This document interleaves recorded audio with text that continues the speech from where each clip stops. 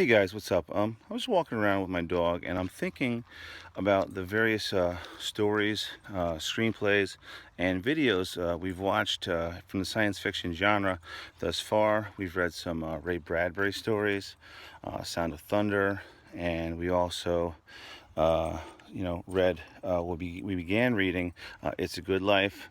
We saw the Twilight Zone adaptation of It's Good Life. We read the teleplay for Monsters Are Due on Maple Street, and we also watched the film adaptation of Monsters Are Due on Maple Street, and we read the Velt. So a lot of different dogs barking at me right now. A lot of different sources, all science fiction. And there's one thing that I think sort of ties them all together. There's a through line, a connecting thread, and that's this idea, this common theme of fear being used as a tool or a mechanism for control.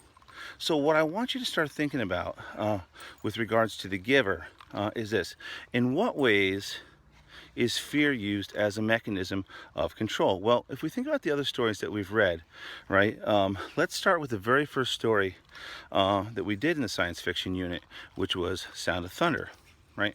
And that story dealt with the butterfly effect, right? The fear of what might happen if ever we develop the technology to travel in time. And so the control is that, well, because we don't know what could happen and because we're afraid of the damage we might do, we're going to keep our actions in check. We're going to limit what we attempt, we're going to limit what we try, and therefore potentially limit progress, right? So you see how fear is used as a mechanism of control in Sound of Thunder. In the same way, it's used in the Velt, but in a slightly different way.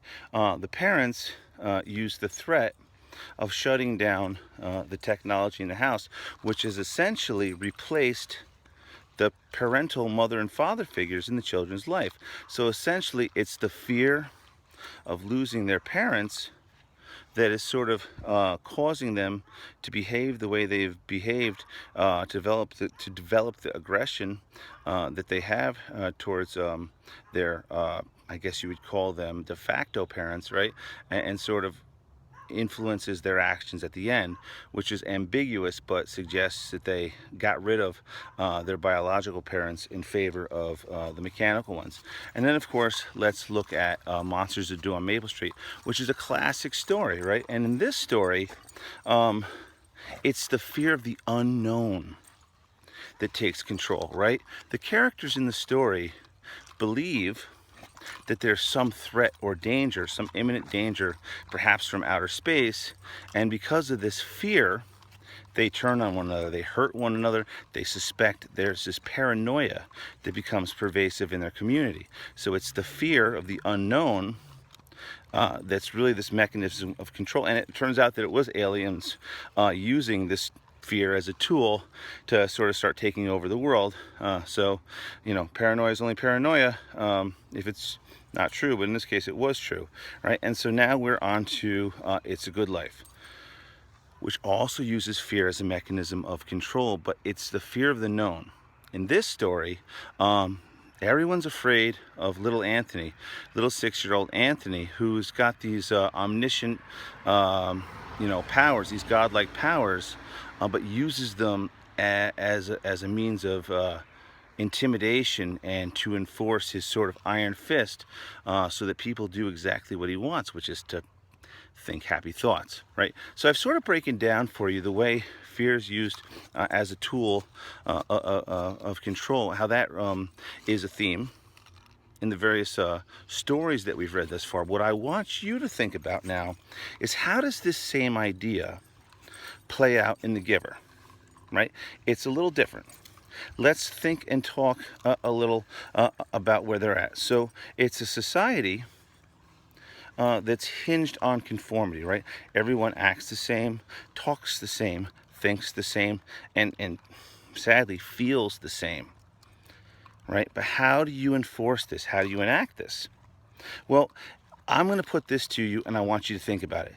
I'm going to suggest to you that it's both the fear of the known and the fear of the unknown at the same time that is playing a key role in the control of the people in the town and the giver.